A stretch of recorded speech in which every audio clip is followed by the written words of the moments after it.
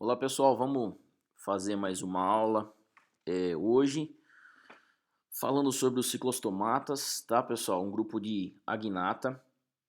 Antes de iniciar a aula, eu queria falar para vocês que a gente está ainda discutindo sobre como serão as aulas da Unesp, né? Então, hoje à tarde mesmo agora vai ter uma reunião e eu vou participar para poder definir aí como vai ser o EAD, quando que a Unesp vai voltar em aula. Pelo jeito a gente não vai fugir realmente desse EAD. Eu quero saber se a Unesp vai repor as aulas presenciais e tudo mais.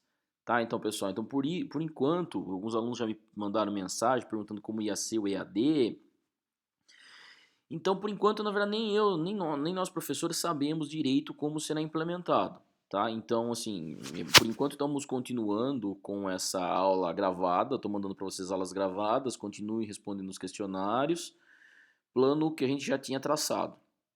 E conforme como nós professores se inteirarmos de tudo o que vai acontecer, aí eu faço replanejo o calendário para vocês terem aulas remotas mesmo.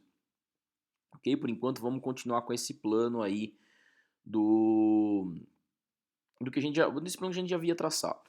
Ok?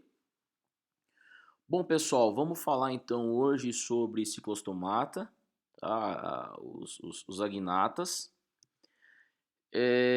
Bom, a gente já tem falado um pouco, a gente já falou bastante, isso aqui eu sempre trago essa filogenia, né? O nosso curso engloba cordados, né? Nesse filo aí dos cordados, principalmente os vertebrados, mas a gente fala um pouquinho de cefalocordata, urocordata, como a gente já falou, então já viu as características principais que definem o grupo dos cordados, já viu as características principais que definem o grupo dos vertebrados, várias especializações aí que existem dentro dos vertebrados, né? Que estão relacionados ao seu grande sucesso evolutivo, né? Então a gente já falou por especializações do crânio, a crista neural, a faringe muscular, a epiderme pluristratificada, né? A gente já viu isso daí, os miômeros em forma de W, que isso daqui são especializações musculares associadas a uma melhor forma de locomoção, né? Uma melhor locomoção no ambiente aquático, coração associado aí também a uma circulação eficiente, transporte de nutrientes mais eficiente, gases mais eficiente, ou seja, um estilo de vida mais ativo, um sistema mais complexo, né, um organismo mais ativo, é necessário estruturas internas mais complexas que produzam filtrado de uma maneira mais eficiente, dentre outras características, e locomoção, né? Então, se você tem uma locomoção mais rápida, você tem estruturas aí associadas a uma melhor locomoção, como por exemplo os raios nas nadadeiras. Tá, pessoal? Bom, quando a gente fala aí, principalmente de vertebrados, o que nós temos é isso, tá? A gente tem aqui o resumo dos principais grupos, né? Os vertebrados do Cambriano, que a gente já falou e vai falar mais um pouquinho sobre eles, né? A gente já falou um pouco sobre aí para entendimento das características e evolução de vertebrados. A gente tem um grupo hoje que a gente chama de ciclostomados, tá? Ciclostomados é um grupo no qual foi criado há não muito tempo. As filogenias mais antigas colocavam as lampreias e as feiticeiras, aqui o hagfish, né, como grupos independentes, ou seja, eles formavam um grupo parafilético, né? Então, a gente tinha, na verdade, primeiro feiticeiras, depois lampreias, aqui na filogenia. As filogenias mais recentes colocam esses dois grupos como irmãos. Então, assim, ó, lampreias são irmãos das feiticeiras, né? Lampreia, que é Petra mesontide, e feiticeiras, que é Myxine. Tá? Então, aparentemente, as filogenias mais recentes colocam esses dois grupos formando grupos irmãos, né? Ou seja, um grupo monofilético. E aí outros grupos também extintos, como os conodontes, que a gente vai falar um pouquinho, os heterostracodermos, anaspídeos, osteostracas, né? Que faz parte dos ostracodermos. Depois a gente tem um grupo dos placodermos e eugnatostomas, tá? Que fica dentro do quem dos gnatostomados. O grupo que a gente chama de agnata não é um grupo monofilético, ou seja, é um nome por conveniência. A gente lembra, sempre volto nessa questão de nomes que a gente utiliza por conveniência. o que que é? É mais fácil de falar de um grupo, falar os agnatas, não são os peixes sem mandíbulas. A de não, né? Gnatas mandíbulas, ou seja, sem mandíbulas. E gnatostomados, sim, são os peixes com mandíbulas.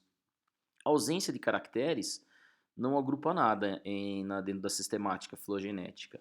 O que agrupa é a presença de um caráter. Então, presença de mandíbulas, aqui, ó, gnatostomata, tá? A gnata sem mandíbulas não agrupa aí absolutamente nada, tá? Então, mas a gente utiliza esse nome quando a gente quer se referir aí aos peixes de uma maneira geral, os peixes que não apresentam mandíbulas, tá? Para a gente não ter que falar de cada uma dessas linhagens de maneira independente, né? A gente tem muitas linhagens aí dentro do que a gente chamaria de agnatas. Bom, pessoal, a gente vai falar dos agnatas hoje de uma maneira sucinta, basicamente dos ciclostomatas, algumas características deles, diversidade, conodontes, heterostracodermas, os heterostracas, né? Os anaspídeos e os tracodermos, ok? Ciclostomata. Ciclostomata, bom, aqui eu mando na verdade outra filogenia mostrando o ciclostomata, tá?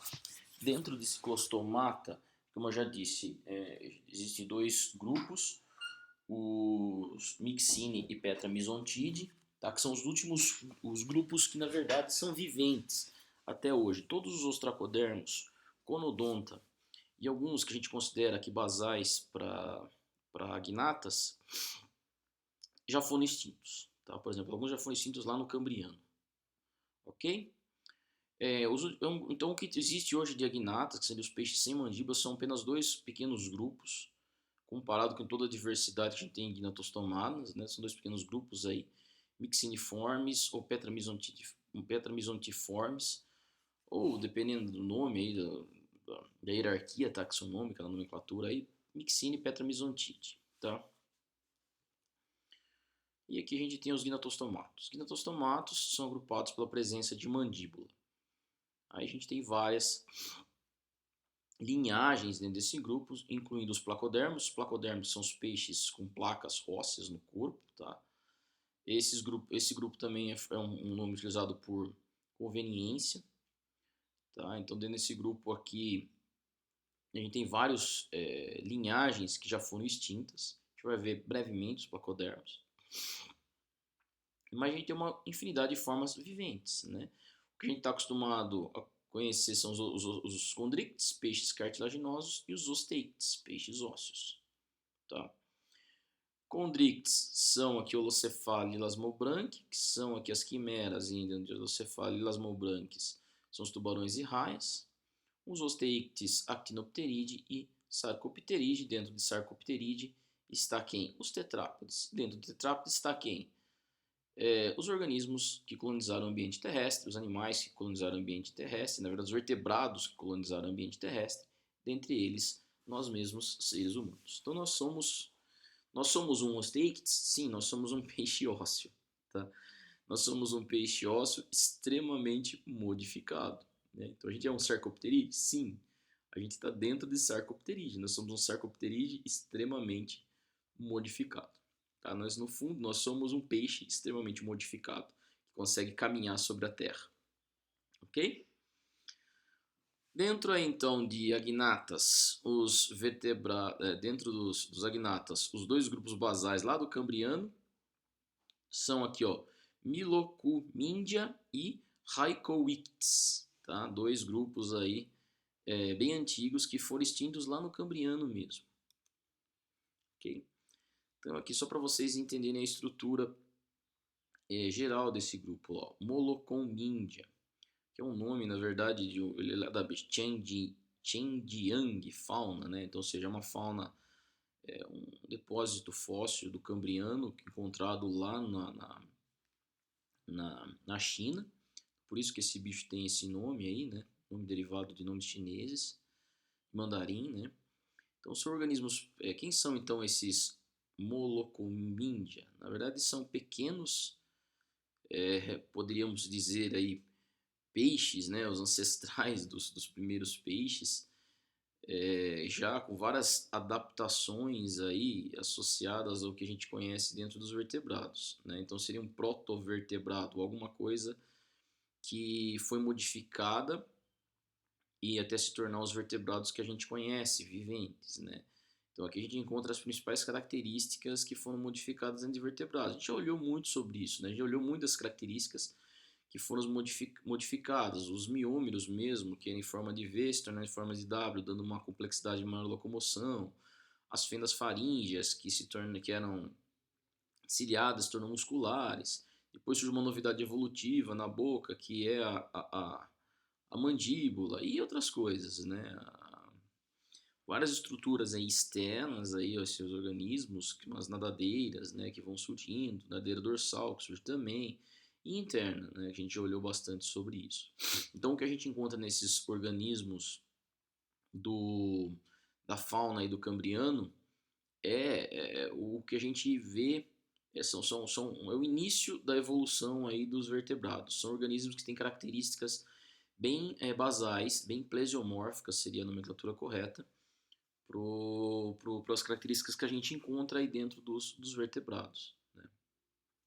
Por exemplo, esses organismos não têm evidências nenhuma de ossos ou escamas mineralizadas, né? Então, posteriormente, uma questão muito importante aí dentro do vertebrado são as modificações no tegumento, né?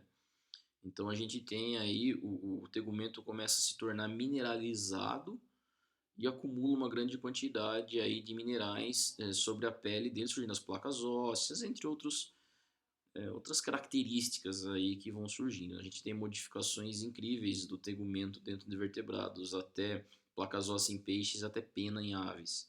São todas especializações aí do tegumento, ok?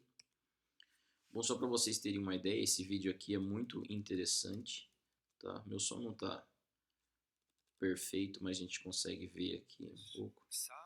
Esse é um professor que estuda essa fauna aí de Milocomindia. Eu vou dar uma adiantada no vídeo. Mostra mais ou menos como poderia ser esses organismos nesse período, tá?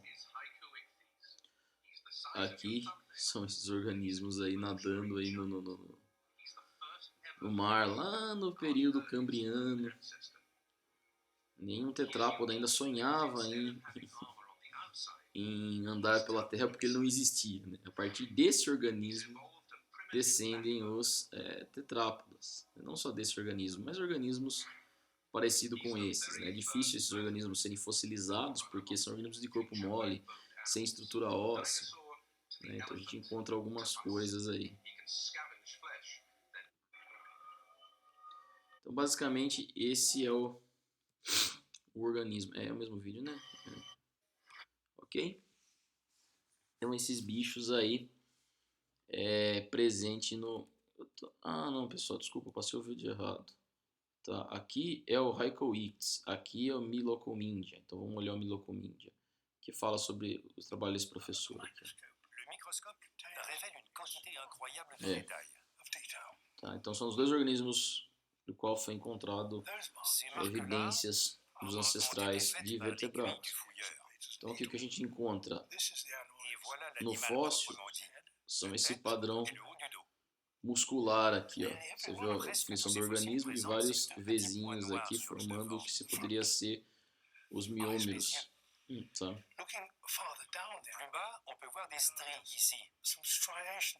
Aí, ó. Me botou num momento maior.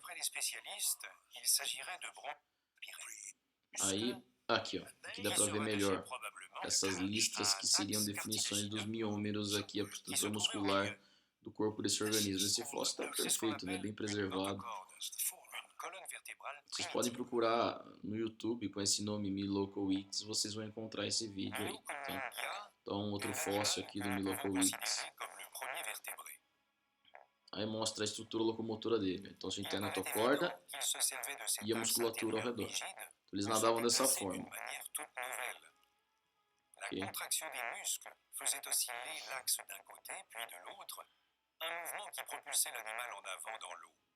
Quem sabe francês consegue entender muito bem. nós temos ele nadando aí, ó, aí que seria, aqui dá para ver melhor esse organismo.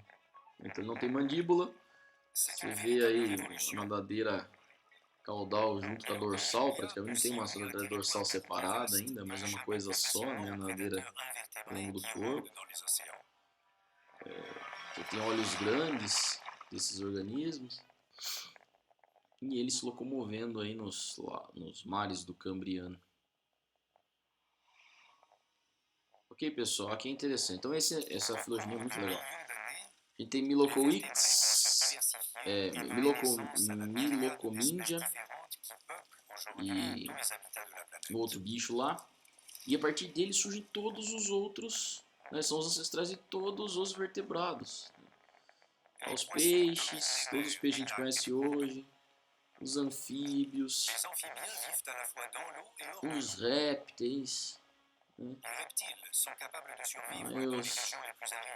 as aves, não só as aves, mas todos os dinossauros, né, dentro desse grupo aí. Surgiu uma infinidade de organismos, né, que foi extinto já lá no Triássico, Cretáceo, depois os mamíferos e entre eles nós, seres humanos.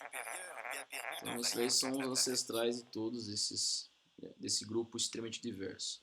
Milocoides e Milocomindia e Rhycoides. Ok? Bom, um outro grupo que surge a partir desses ancestrais também é chamado de conodontes. Elementos conodontes. O que são esses elementos conodontes? Elementos conodontes era encontrado muito no registro fóssil do Cambriano e não se sabia exatamente o que era, né? O que seriam esses elementos? Faziam parte do que esses elementos? Até que se descobriu que esses elementos faziam parte, na verdade eram dentes de peixes que existiam aí, dentes de agnatos, né, peixes sem mandíbula que existiam lá no período cambriano. E os elementos conodontes são utilizados também para datar a fauna. Quando você encontra elementos conodontes, você está falando aí do período cambriano, né? Então são microestruturas semelhantes à dentina, ou seja, são tecidos, são dentes mineralizados de vertebrados ancestrais. Tá? Aqui, por exemplo, como que seria um conodonte, um peixe muito estranho, ou seja, você tem uma boca em forma de círculo, sem a mandíbula, um animal com um olho bem desenvolvido, um olho grande, alongado, um peixe alongado, uma lampreia, sei lá, e uma pequena nadadeira aí, caudal. Né? Nesse grupo aqui não havia as nadadeiras dorsais, peitorais, pélvicas e anal. Né? Então não se sabe exatamente a posição filogenética de Conodonta. Ele pode ser irmão de Ciclostomata, que seria Myxine Mesontide, ou sem uma linhagem separada aqui. Não se sabe exatamente a posição de Conodonta. Ainda há muita dúvida com relação à filogenia e a posição desses grupos. Ok? Aqui também é só outra, mostrando que a filogenia mais recente, na verdade, coloca como uma politomia aí, junto com o ciclostomata, mas não se sabe exatamente a posição filogenética ainda. Quem são os conodontes? Conodontes são organismos pequenos, tá? Com 40 milímetros de comprimento, eles têm notocorda, há um processo de cefalização aí, lembra da cefalização? Cefalização é a concentração de estruturas sensoriais na parte da cabeça, tá? Então a gente tem a cefalização aí, a gente tem aí mecanoceptores, receptores de luz, né, como o olho e tudo concentrado na cabeça, tá? Então esse é o que a gente fala do processo de cefalização. Uma das características que mostra o processo de cefalização nesse grupo são os olhos aí que são grandes. Eles têm os miômeros, né, como a gente estava vendo lá, para locomoção, é bem visível os miômeros nos registros fósseis. Ele tem alguns raios na nadadeira, então tem a nadadeira caudal aqui com alguns raios. A faringe muscular, que sustenta o que a gente chama aí do aparato ou aparelho conodonte, tá? Que são uma estrutura com uma quantidade enorme de pequenos dentículos. Interessante que esses bichos aí não têm fendas faríngeas, ou seja, nesse linhagem houve a perda das fendas faríngeas. Bom, então como é que acontece a troca gasosa nesse grupo? Bom, se eles não têm fendas faríngeas, na verdade as fendas faríngeas fazem parte da estrutura aí ancestral que sustenta as brânquias, né, onde se iniciou as trocas gasosas. O que acontece nesse grupo, por ser pequeno, não há trocas gasosas através de uma estrutura específica. A troca gasosa acontece diretamente pelo corpo. Você não tem aí uma placa óssea, que vai, na verdade, isolar todo o bicho do ambiente, né? Então, você tem aí uma pele, tegumento, e a troca gasosa acontece através do tegumento do corpo. Se é um organismo pequeno, então 40 milímetros é o tamanho máximo que ele chega. Então, o que acontece é que é possível que ocorra troca gasosa num organismo pequeno. Comparativamente a um organismo grande, ele não teria que haver uma estrutura eficiente para troca gasosa. Por o organismo ser pequeno, a troca gasosa acontece através do corpo. Tá? A gente tem os elementos conodontes, é interessante, é um aparato para alimentação, né? Então a gente tem uma estrutura interna na boca, que chama de elementos S, que fica na parte mais anterior da cabeça, né? Que são essas estruturas aqui, que formam como pequenos espetinhos, né? E quando o organismo chega perto de alguma coisa que ele vai comer, normalmente ele se associa a outros organismos, né? Organismos maiores, ele consegue grudar, né? Utilizando esses elementos S. E os que a gente chama de elemento P, que fica na região mais posterior, e aqui da boca, serve para quebrar, né? Quebrar as estruturas alimentares, ok? Isso daqui é que a gente chama de aparato conodonte. Né? E é isso daqui, basicamente, isso aqui, por ser tecido mineralizado, por isso que são as estruturas que normalmente fossiliza. O corpo desse organismo é um corpo mole, então essas partes do corpo mole não se fossiliza. Tá? Por isso que a gente encontra tantos elementos conodontes no registro fóssil, mas não encontra o organismo todo fossilizado. Ok? Bom, um ponto importante que eu vou trazer à tona para vocês é a aceitação, na verdade, desses conodontes como vertebrado modificou a nossa ideia sobre as relações entre os primeiros vertebrados, que seria a importância na hierarquia evolutiva de possuir tecido mineralizado. Tá? Apesar com esses grupos aí, né, a posição desses grupos, nós conseguimos entender melhor a linha evolutiva do surgimento dessas características, e principalmente desse tecido mineralizado, né, que cobre o corpo. Porque nesses organismos primitivos não havia, na verdade, tecido que cobria o corpo. A mineralização começou onde? Pelas estruturas mais rígidas, como o dente. Né? Agora, depois dos organismos mais derivados, principalmente vários peixes agnatas, começou a surgir aí placas ósseas sobre o corpo. Num primeiro momento, essas placas ósseas não serviam para proteção, mas sim principalmente para manter, como uma reserva, na verdade, de minerais. Tá? Então, por exemplo, como aconteceu a ordem aí de surgimento das estruturas? Existem três tipos de tecidos mineralizados no corpo dos vertebrados. Um é o osso, tá? A dentina e o esmalte. Tá? No dente a gente encontra os três. A maioria dos dentes dos vertebrados existem os três. Existe o osso no centro, né, formando a estrutura do centro, a dentina, um pouco mais externa, intermediária, na verdade, entre o osso, e o esmalte mais externo. Ao surgimento do osso celular também, os primeiros organismos, o osso não, não apresentava células no interior dos ossos, e sim um tecido formado por fosfato de cálcio acelular. Tá? Depois surge também o que a gente chama de odontódios aí dentro no tegumento de muitos organismos. A gente vai ver odontódios que são estruturas formadas como pequenos dentes aí na pele dos organismos. Tá? Esses odontóides são homólogos realmente aos dentes. Tá? E muitos organismos formam uma estrutura, né, na verdade, são escamas ou placas de tecido mineralizado. Por isso, os tracodermes. Né? Então aqui, por exemplo, só para vocês verem em tubarões, aqui a escama de alguns tubarões, na qual a gente consegue ver aqui a estrutura aqui de dentina e osteodentina, tá? Nesses tubarões aqui primitivos. Tá? A gente vai falar um pouco aí sobre as escamas. O tecido mineralizado foi perdido secundariamente aí dentro dos tubarões modernos, mas a gente vai falar um pouco mais em chondrites, né, quando a gente entrar em chondrites, sobre esses tipos de escama que a gente encontra aí dentro dos tubarões.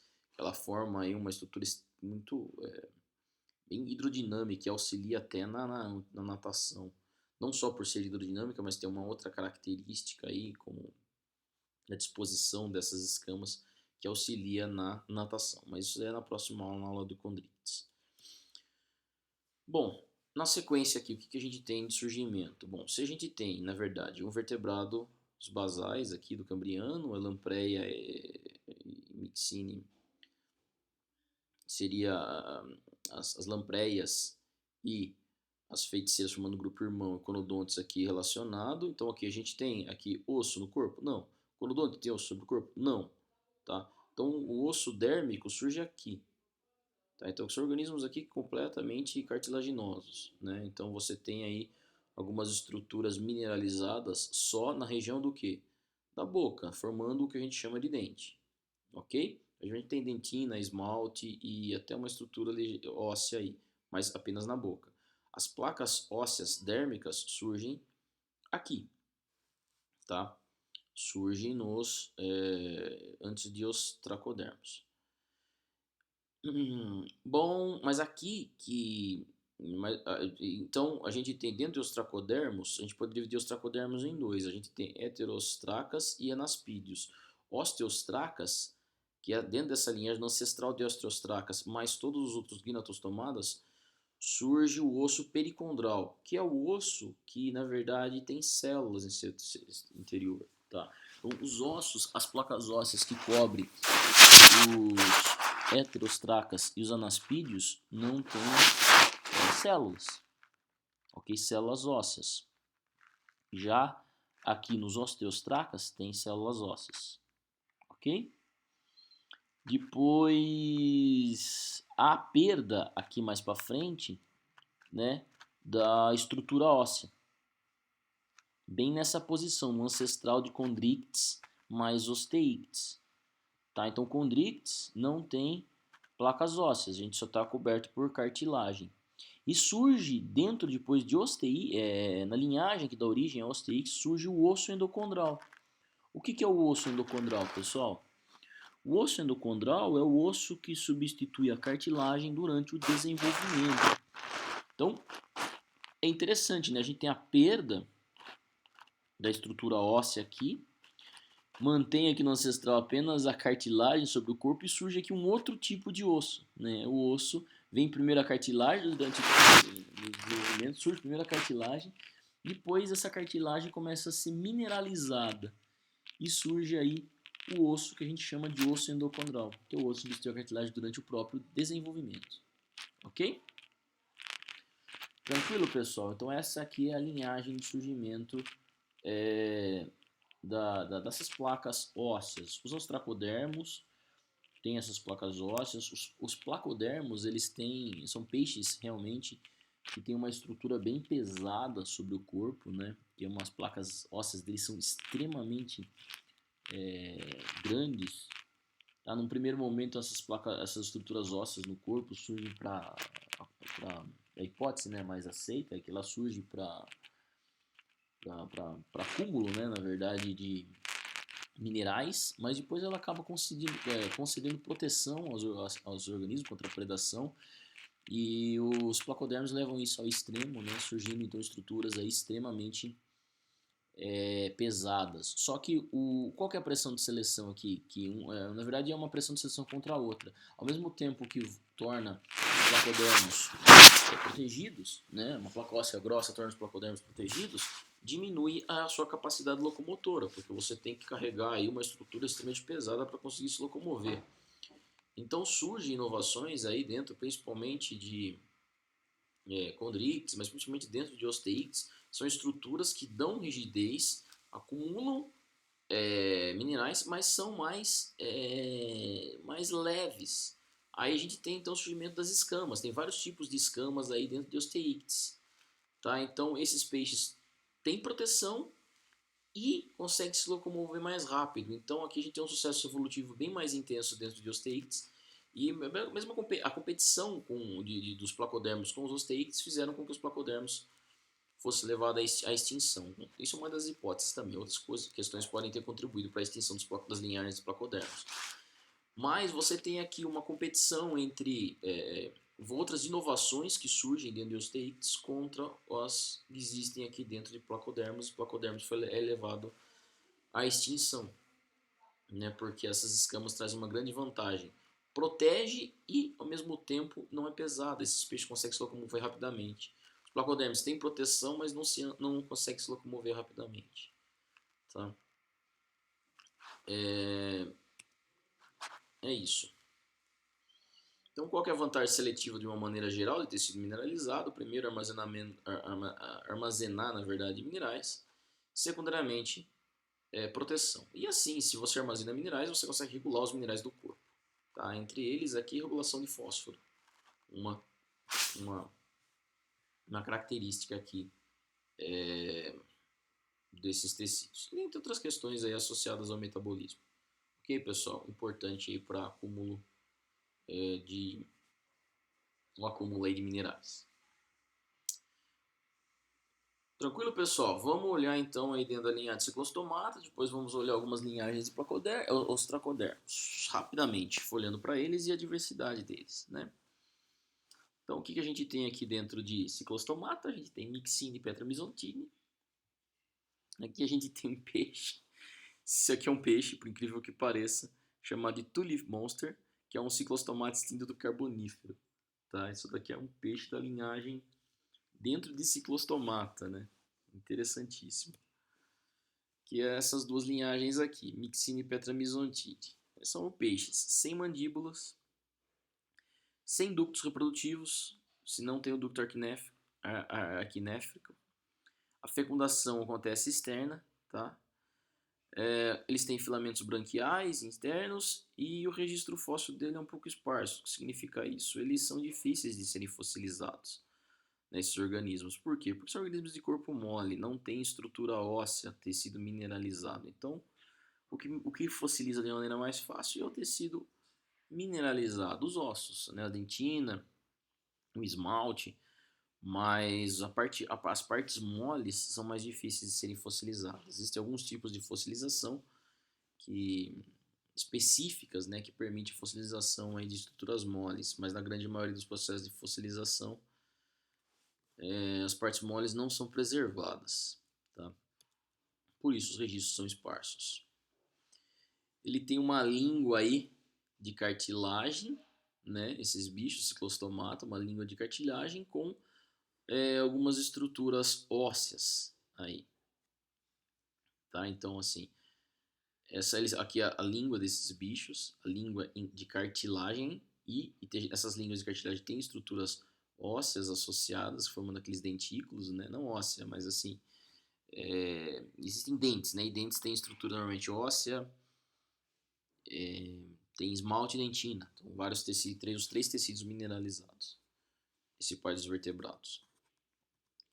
Tá, então essa língua aqui não é homóloga à língua dos outros vertebrados, tá? Porque essa língua ela é controlada pelo nervo trigêmeo 5 e dentro dos vertebrados pelo nervo hipoglosso, tá? Então quando a gente fala aí do sistema sensorial gustativo dos peixes e dos outros vertebrados, tá? Então assim, essas línguas não são homólogas, tá? A gente está falando de estruturas e funções semelhantes, mas que não têm a mesma origem evolutiva, ok? O primeiro grupo, vamos falar das feiticeiras, que é os Myxiniformes, tá? Esses grupos, os Myxiniformes, aqui uma feiticeira, já vou mostrar uns videozinhos deles, eles têm distribuição ampla no mundo, principalmente sobre as águas profundas, são organismos que normalmente vivem enterrados no lodo e são carniceiros, ou seja, eles vão atacar peixes moribundos, baleias que estão morrendo, ou mesmo a carcaça de organismos mortos, baleias mortas. Tá? Então, uma vez que uma baleia morre, ela alcança o fundo, esses bichos aí começam a adentrar aí o organismo, a carcaça, até chegar nas partes mais moles, principalmente, por exemplo, o fígado desses bichos. Né? Aqui, na verdade, são feiticeiras numa carcaça, provavelmente, de um organismo de grande porte morto, provavelmente deve ser uma baleia aí, é uma carcaça de uma baleia que caiu no fundo aí do oceano. Né? Existem 81 espécies de Myxine, né, de feiticeiras aí ao redor do mundo, 3 subfamílias aqui. São peixes alongados, sem escamas e de coloração rósea a púrpura. Tá? São organismos marinhos que vivem em águas subtemperadas, em poucas em águas temperadas. Tá? São principalmente carniceiros de mares profundos e detritívoros, ou seja, se alimentam de carcaças. Né? Então aqui a estrutura desse bicho. Aqui ó, a boca, aqui a narina, essa narina desse bicho é ampla e terminal na cabeça. E a gente tem umas, chamamos de barbilhões aqui, normalmente sensoriais desses bichos. Né? A gente tem mecanoceptores aqui em todos esses barbilhões aqui para sentir o ambiente. Como eles são bichos de água profunda, a luz não entra lá, não chega até essa profundidade, então a pressão de seleção levou à redução do tamanho do olho, então os olhos desses bichos são praticamente não funcionais, são olhos rudimentares mesmo. Se você não tem uma vantagem em ter olho, muitas vezes o que acontece é a evolução leva essa estrutura a regredir. Né? Ele também não apresenta cristalino nem estrutura associadas ao olho para movimentar o olho desse bicho. Eles têm uma grande... o tegumento desses bichos solta uma grande quantidade de muco. Tá? Então, assim, uma pessoa pegando esse bicho, colocando na água, então a quantidade de muco que ele solta. Tá? E ele tem aqui 15 fendas branquiais ao longo do corpo. A água entra pela narina, atravessa o corpo, né? Na verdade entra aqui, não atravessa o corpo, entra na faringe, e o que ela sai aqui pelas fendas faríngeas. Tá? Aqui outros pontinhos ao longo do corpo são as glândulas de muco. Então tem glândulas de muco por todo o corpo do organismo. A gente tem aqui um tipo de nadadeira, né? Nadadeira caudal, ao redor aqui da cauda desse bicho. E ele tem esse formato assim bem alongado, típico desses grupos aqui. Ok? Aqui, bom, a gente tem os dentes, aqui na língua dele, ele tem essas línguas, ela tem essa língua aqui também, parte muscular da língua, lembra que eu falei a língua de cartilagem, e a gente tem dentes aqui associados nessa língua, tá? Esses dentes são estruturas mineralizadas que ajudam o bicho a arrancar pedaços das carcaças, que estão em decomposição no fundo do mar.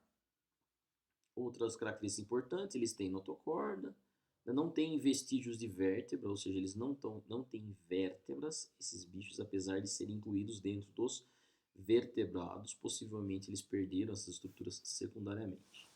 Ok? Eles têm aqui o cérebro, narina, então a narina, lembra que se abre aqui na frente, o canal da narina, que liga aqui a faringe, e aqui a gente tem as fendas faríngeas. Ok? Então eles não têm vértebra, nem vestígios de vértebra, eles conseguem se dobrar sobre o organismo. Esse tipo de dobra, né, que eles realizam forma como se fosse uma corda, né? E ele estica a cauda puxando essa corda, fazendo com que eles consigam arrancar grandes pedaços aí de carne do organismo a qual ele se está se alimentando. Então aqui a boca desses organismos, a língua cartilaginosa e os dentes aqui, né, com o tecido mineralizado. Então, aqui a boca fechada e a boca aberta.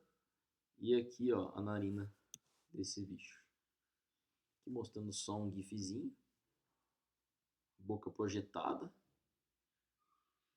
E depois ele recolhe aí a boca. Tá? Tranquilo, pessoal? Até aqui? Vamos dar continuidade. Então, aqui novamente mostrando a estrutura interna. Então, a gente tem aqui a língua de cartilagem, a estrutura muscular para projeção da boca e dessa língua de cartilagem. A gente tem os dentes, aqui a boca, a narina, um saco nasal, o cérebro, a notocorda, o tubo nervoso dorsal oco, né? Nasofaringe e aqui as aberturas aí das fendas branquiais, tá? Tranquilo, pessoal, até aqui? Acho que tá tranquilo, né? O sistema circulatório desses bichos é rudimentar, tá? Ou seja, o sistema circulatório não é eficiente, ele tem alguns seios sanguíneos, né? E a pressão sanguínea é relativamente baixa. Ele tem alguns corações acessórios, como o fígado e região da cauda, funciona como um coração, né? Ajuda o sangue a circular. Mas não existe um bombeamento eficiente do sangue, como acontece aí nos outros vertebrados. O sangue já tem algumas células vermelhas com hemoglobina, né? Não há o coração desses bichos não é, na verdade, coordenado pelo sistema nervoso central, tá? Então, ou periférico. Então, o que acontece? Não tem uma contração regular, tá? Porque não são organismos extremamente ativos. O coração desses bichos apresenta 3 câmaras, mas, como eu já disse, não bate de uma maneira regular, levando sangue para todo o corpo. Ou seja, ele tem uns batimentos esparsos, não ritmados, porque esses bichos não são extremamente ativos. Então, você também não tem aí um sistema circulatório eficiente, tá? A reprodução. É interessante que nesses grupos, a fêmeas, a grande maioria dos indivíduos são fêmeas, eles têm mais ou menos um macho para cada 100 fêmeas. Algumas espécies são hermafroditas, tá? Mas a maioria deles é com a fecundação externa, ou seja, os óvulos e os espermatozoides são liberados na água do mar. O ovo e o espermatozoide fecunda os óvulos aí, e você não tem um estágio larval. Quem nasce dos ovos, depois fertilizados, são indivíduos já minúsculos indivíduos adultos, né? Ou seja, não existe uma fase larval, os indivíduos que nascem já são mini adultos, eles só vão crescendo com o tempo. Vamos olhar aqui, uma feiticeira se alimentando, um peixe, uma carcaça de peixe, que caiu no fundo do oceano. Eles encontram aberturas aí no peixe, entra pela boca, entra pelas brânquias ali, lateral, né, pelo opérculo. A partir do momento que eles começam a entrar, eles começam a alimentar das partes das vísceras dos bichos, também das partes moles, como o fígado, por exemplo, né, uma das partes favoritas desses bichos. Então tudo que vai pro fundo do mar, nada é perdido, e esses bichos aí se alimentam. Ok, pessoal, é isso. Quais existem aqui na região, principalmente no Brasil, na região sul da América do Sul? A gente tem a Myxine australis, que está distribuído basicamente em toda a costa aqui da Argentina e o sul do Chile, mas tem aqui bem na pontinha do Rio Grande do Sul, tá? A gente pode encontrar essa Myxine australis. A Myxine sotoi é uma outra espécie distribuída por toda a costa brasileira, praticamente, tá? É esse bicho aqui. Ele é um bicho fixado, então não está muito bonito. E tem outro grupo chamado Heptatretus menezesi, distribuído também por toda a costa, aqui na verdade toda a região atlântica da América do Sul, com exceção do norte, né? Lá já partes da Venezuela e extremo norte aí do Brasil. tá? Está distribuído aí. E tem Heptapterus multidens, também que está distribuído aí em grande parte do Atlântico, né? Desde lá dos Estados Unidos até talvez um pouco da costa do Canadá, da costa do Canadá, até o sul da América do Sul, ok? Pela parte atlântica. Tranquilo, pessoal? Então aqui a gente termina Myxine, a gente vai agora para as lampreias, olhar as características principais das lampreias, depois entrar nos alguns, falar rapidamente sobre alguma diversidade de formas aí de alguns grupos extintos. Lampreias são organismos que têm um olho bem marcante, né, um olho desenvolvido, aberturas branquiais próximas à cabeça, aqui as aberturas branquiais, basicamente 7 pares de aberturas branquiais. Eles têm controles musculares na nadadeira, então a gente tem aqui ó, a nadadeira dorsal que surge, também a primeira e a segunda dorsal, e a nadadeira caudal. Existem mais ou menos 42 espécies válidas de Petromyzontiformes. Tem 42 espécies de Petromyzontiformes, aproximadamente. Aqui, dividido em 3 famílias. Tá? Anatomia externa desse bicho, então a gente tem aqui uma diferença grande das feiticeiras, é que a abertura da narina não é anterior, mas a abertura é dorsal no corpo, né? Então a gente tem aqui sobre os olhos, não na frente do olho, como acontece nas feiticeiras, a abertura da narina. A gente tem a boca aqui embaixo, o olho também é grande. Aqui a gente tem 7 aberturas branquiais. A nadadeira dorsal, aqui surgiu a nadadeira dorsal, né? Que as feiticeiras não têm. Então esses bichos, diferentemente das feiticeiras, as lampreias são ectoparasitas, então são peixes parasitas, diferentemente das feiticeiras que comem carcaças. Então as lampreias, elas grudam em peixes vivos, tá? Então elas grudam usando essa boca circular com esses pequenos dentes aqui, elas conseguem se agarrar ou se associar à parte externa de um peixe. A partir do momento que ela está ali associada ao peixe, ela começa a se rasgar a parte externa do tegumento do peixe e começa a sugar os seus nutrientes, né? Pode ser sangue, pedaço de escama, pedaço de musculatura e tudo mais. Então, a gente tem vários dentes aqui, alguns desses em vários formatos diferentes, né? E esses dentes aqui são móveis e ajudam a arrancar pedaços de estrutura dos peixes. Aqui é uma lampreia associada a um salmão, né, grudada num salmão, e forma essas feridas aqui. Ela fica grudada no salmão e vai sugando ali musculatura, escama, pedaço de pele e sangue do bicho. Normalmente ela não mata o peixe, ela fica associada a ele e não mata o peixe. O problema é que ela suga tantos nutrientes, que quando ela deixar o peixe, ela vai deixar essa ferida aqui aberta. O peixe pode estar tão debilitado ao ponto de morrer. Tá? Mas ela não mata o bicho diretamente. Tá? Esses bichos então tem aqui, como eu já havia falado, uma narina dorsal, a gente tem uma mancha pineal. Essa mancha pineal é um olho, né? Resquício de um olho que a gente vê aí, por exemplo, em lagartos, que tem esse terceiro olho, né? Mas a funcionalidade desse olho é muito discutível. Talvez ele consiga reconhecer pequenas modificações de luminosidade, como por exemplo, se está de dia ou se está de noite, mas nada muito além disso.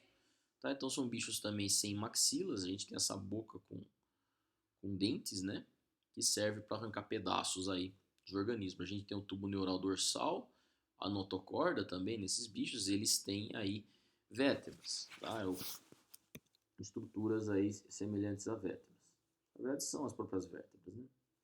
Não tão desenvolvidas como os tetrápodes, mas tem vértebras. A água entra e sai pelas fendas branquiais. Interessante que eles têm essa adaptação aqui, né, que são a narina na região dorsal, porque se esses bichos estão associados e presos a um outro organismo para poder se alimentar, a água não consegue entrar pela boca e sair pela faringe. Então o que acontece? A abertura nasal é superior à cabeça, porque mesmo que ele esteja preso a outro peixe, a ventilação de água pode acontecer. Tá? Então, mas assim, da mesma forma, essa respiração aí, essa troca gasosa que acontece nas faringes também não é tão eficiente assim. Mas também esses bichos não são tão ativos quanto aí os outros vertebrados mais derivados. Então o coração não é aneural, diferentemente do coração das feiticeiras. O que significa isso? Que aqui há um controle, na verdade, do coração pelo sistema nervoso, tá? O coração já é um pouco mais complexo, ele já tem um batimento cardíaco um pouco mais ritmado comparado às feiticeiras que não tem. Então você tem que ter um controle aí nervoso um pouco mais eficiente, tá? Então aqui a gente já tem câmaras separadas, a gente consegue ver regiões do átrio e regiões aí do ventrículo de uma maneira mais definida do que a gente consegue encontrar aí nas feiticeiras, ok? A grande maioria dessas espécies são anádromas, né? Lembra aí, pessoal, o que são espécies anádromas e catádromas? Tá? Ou seja, esses peixes vivem no mar, mas voltam para os rios, né, para a desova. Então, anádromas são os peixes que vivem no mar e voltam para os rios na desova. Catádromas são o inverso, que vivem no rio e vão para o mar para desovar. Então, a reprodução, a alimentação acontece no mar. A reprodução, que é a fertilização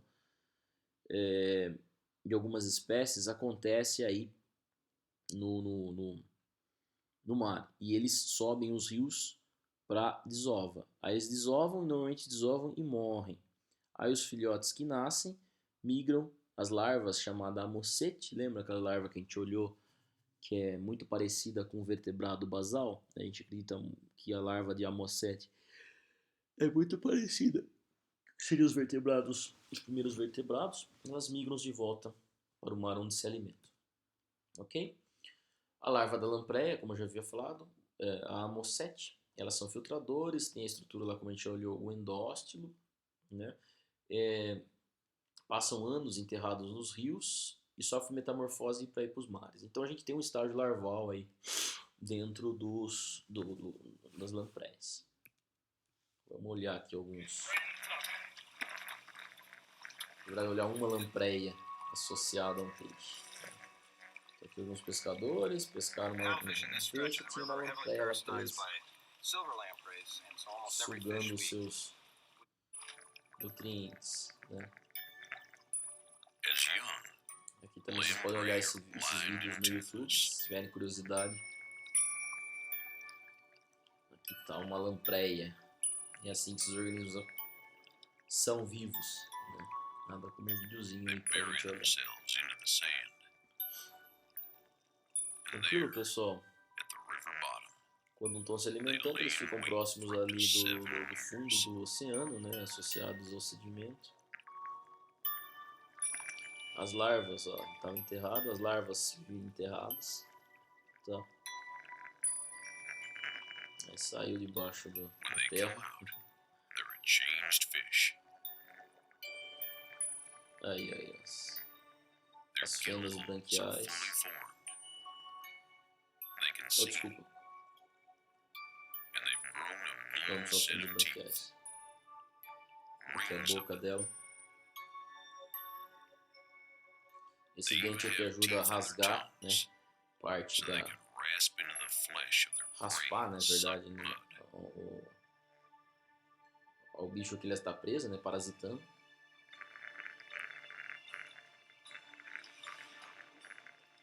Tranquilo, pessoal. Aí ela presa. Outro peixe. Tranquilo? Bom, aqui a gente acaba Ciclostomata. Vamos ler um pouquinho mais de algumas linhagens distintas de ostracodermes. Rapidamente, tá, pessoal? Não quero entrar em muitos detalhes desses grupos aqui extintos, mas só para vocês saberem que eles existiram. Tem os astraps, tá? Também são os ostracodermes, de uma maneira geral, são grupos... são todos grupos extintos sem mandíbula, tá? Então são todos grupos que não têm mandíbula. Não possui apêndices pares. Na maioria deles são filtradores ou detritívoros. Todos apresentam autocorda. E é um grupo parafilético, como eu já tinha dito. Tá? Aqui um fóssil de um ostracoderma. Tem várias linhagens aqui dentro, tá, pessoal? Então, não vai falar de todas, só alguns poucos exemplos aí para vocês saberem que esses grupos existiram. E por que eles são importantes? Esse é o ponto mais importante, eu acho, para vocês entenderem, né? Então, os ostracodermos são extremamente importantes para a compreensão da evolução dos peixes, né? Não só dos peixes, mas como evolução de todos os vertebrados. Tá? Eles são vertebrados basais. É a partir dos registros fósseis que a gente vê a mudança das estruturas, né? Até a gente chegar em vários grupos viventes. Então, eles nos ajudam a entender várias características aí que surgem dentro de vertebrados. Entre eles, como acontece, como a gente já viu na filogenia lá, o surgimento dessas placas ósseas aí, dos tegumentos, no tegumento desses bichos, né? Então, é, esses grupos representam, na verdade, a segunda irradiação dentro de vertebrados. A primeira seriam as lampreias, feiticeiras aqui, né? Os ciclostomadas. Depois a gente teria a segunda irradiação, que seria os ostracodermos. Tá? Dentro da segunda irradiação, a gente tem uma quantidade de organismos maiores.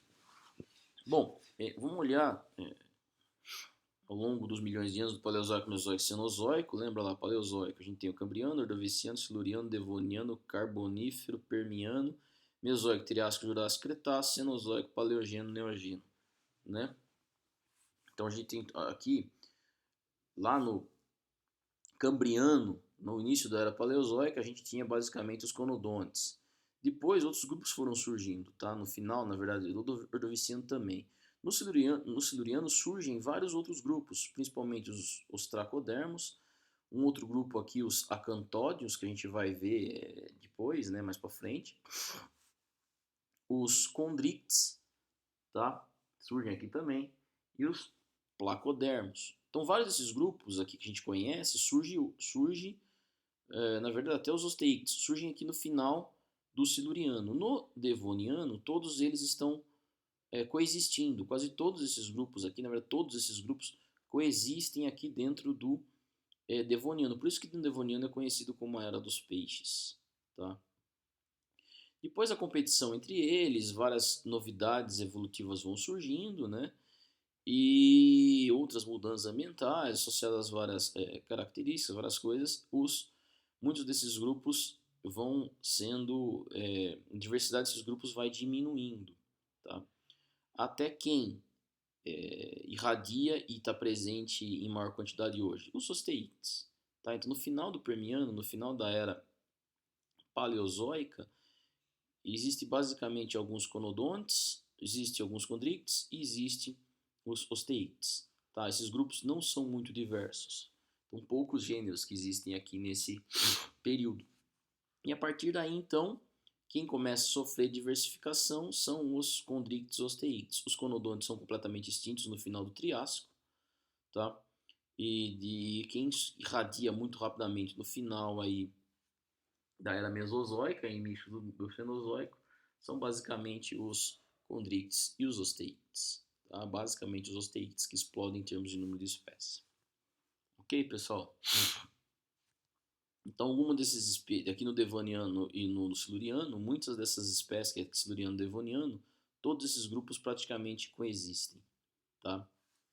E várias características levam eles alguns a serem extintos.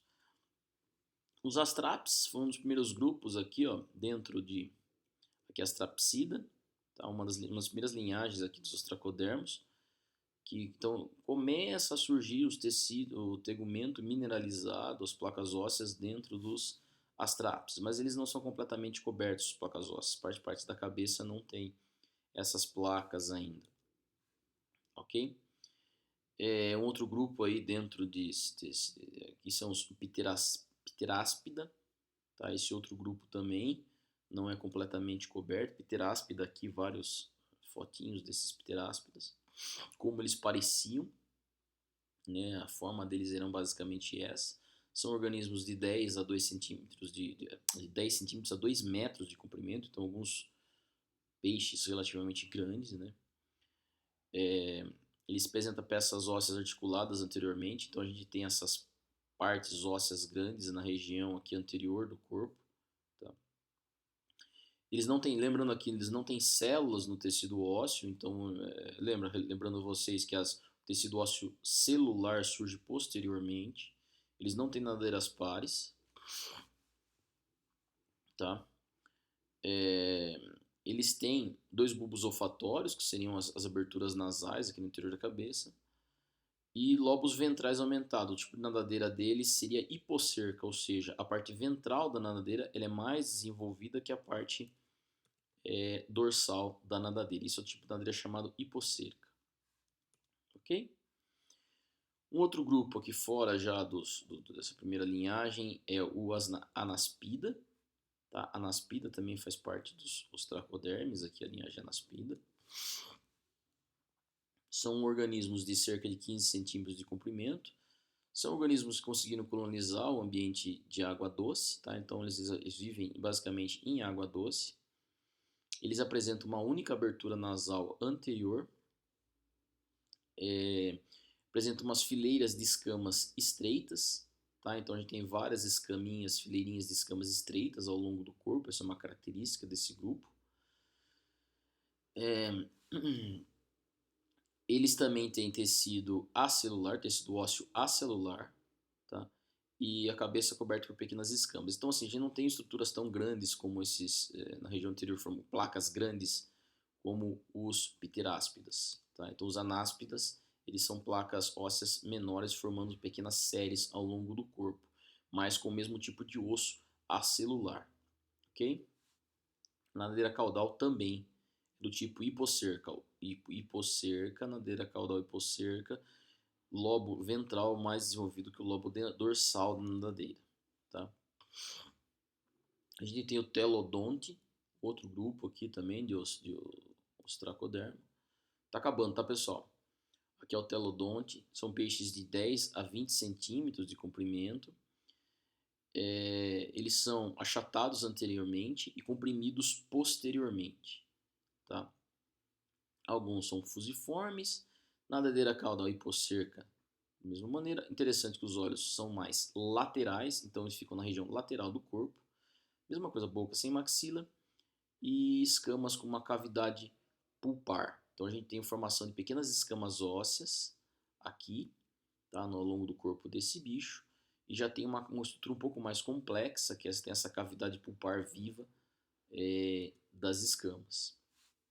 E o Galeospida, um outro grupo aí. Eles têm um grupo que eles têm ausência de nadeiras pareadas.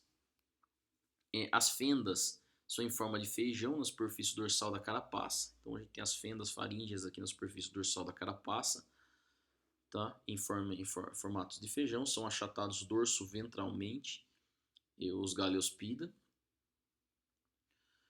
Então essa abertura das fendas se conecta com a faringe e pode funcionar como um canal inalante, tá? Bom, um outro grupo aí, Pteriaspida, são apenas duas espécies viventes e uma da característica dele é que ele tem um rosto bem desenvolvido, ou seja, uma estrutura aqui na cabeça bem desenvolvida, uma estrutura óssea. Os osteostraces, tá, que faz parte desse grupo aqui, um bicho bem esquisito também, achatado dorso ventralmente, parece um casco do chinelo, que são o que a gente chama de loricarini, que vocês vão ver mais para frente. Eles têm algumas características consideradas derivados. Então a gente tem um osso com lacunas para células ósseas. Essa é uma característica importante, né, que a gente que é uma novidade evolutiva, né, dentro aí dos peixes ósseos, na verdade dentro dos peixes, né, de maneira geral, que é o osso celular, né, o osso que tem células ósseas, os osteócitos, tá? Então o osso desse bicho aqui já tem as suas cavidadezinhas lá com células vivas, tá? Aqui dentro de osteostrace, característica extremamente importante.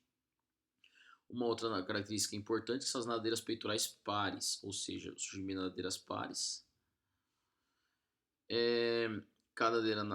A nadadeira caudal não é hipocerca, mas ela é heterocerca. Essa é uma outra novidade evolutiva importante, porque esse tipo de nadadeira faz com que quando a cauda bata, a cabeça do peixe tenda a subir, ou seja, ele tenta nadar para cima quando há uma força de ascensão do peixe na água com o batimento dessa nadadeira aqui.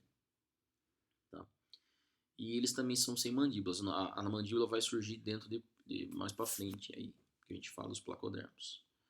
Ok, pessoal, então a gente viu de uma maneira geral os principais grupos aí os agnatas, a gente viu todas os principais grupos dentro de agnatas, incluindo os grupos viventes de agnatas, tá? Depois, no próximo aula, a gente vai para dentro de gnatostomata, e aí, bom, aí a gente continua. Bom, daqui a pouco eu vou começar então a reunião com a Unesp e vamos ver o que vai acontecer com as aulas remotas.